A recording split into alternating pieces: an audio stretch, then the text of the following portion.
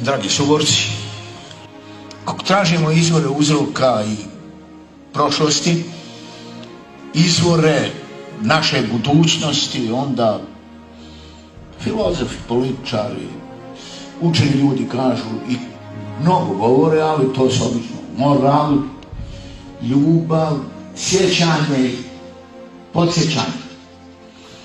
Te sadašnje generacije, pošto kažu da je ovaj rat nezavršen, samo su prestala pucnjave, onda koje su to borbe i koja su to iskušenja kroz koja prolazimo i prolazit ćemo.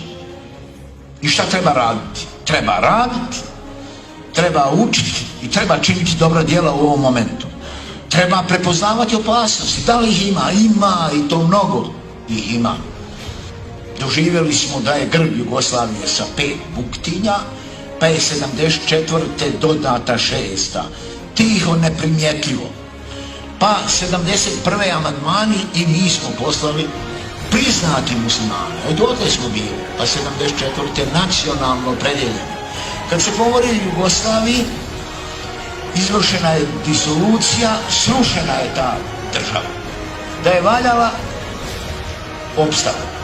Znači nešto nije valjalo. Sad koje su to sile unutrašnje, međunarodne, nije bitno. No stvoreno je nešto novo, posebno kad govorimo o Bosni i Hercegovini. Stvorena je naša država. Mi imamo državu.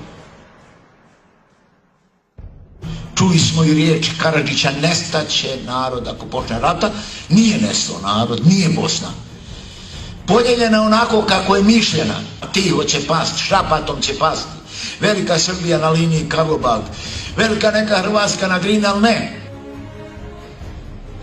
Nedavno sam gledao na Nacionalnoj geografiji, zamislite, Ante Pavelić, čuveni predsjednik NDH u Argentini, čini mi se 52. godine, dogovara se s Dragim Jovanovićem, ako prilike u toj Evropi budu, da će se Bosna podijeliti između Srbije i Hrvatske na liniji Rijeka Bosna Neretva.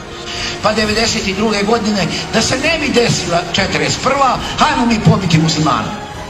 I drugi nisu, i što misli, dobro se zna koje su sve brigade i slale granate. Zruše se i crkve i džamije, 614 džamija, medžlisa, ubijaju se djeca, siluju, logori, protjerivanje.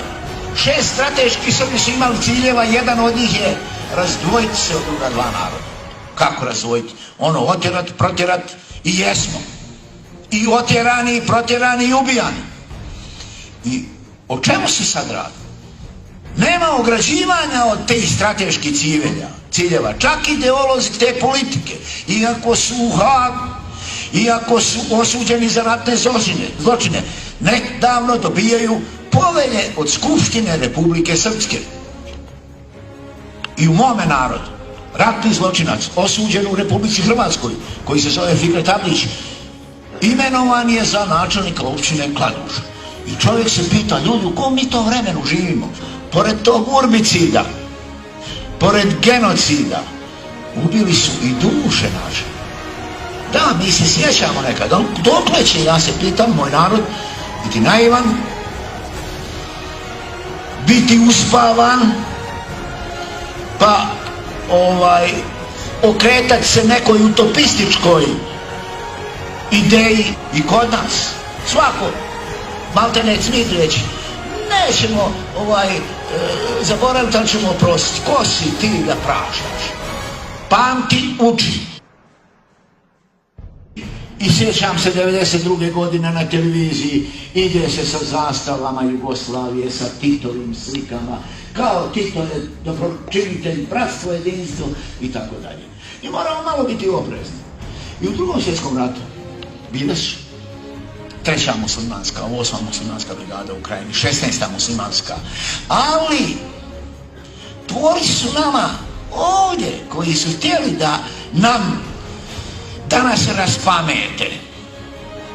A to je riječ od prije svega srpskih generala. Raspameti im, razvuci im, udri tamo gdje su muslimani, malo Srba ima, pa nam ubace neke handžarce, pa nam ubace neke esovce, pa nam ubace neke druge uniforme. Mi smo Bosanci, Bošnjaci, naša država je Bosna i Hercegovina. Ove naše buduće generacije morat će, znaće i treba će cijeniti ono što smo mi uradili u odbrani Bosne i Hercegovine. Što moraju raditi buduće da prave ovu našu društvenu zajednicu u kojoj će se lijepo živjeti, a ne da nam mladost odlazi diljem svijeta.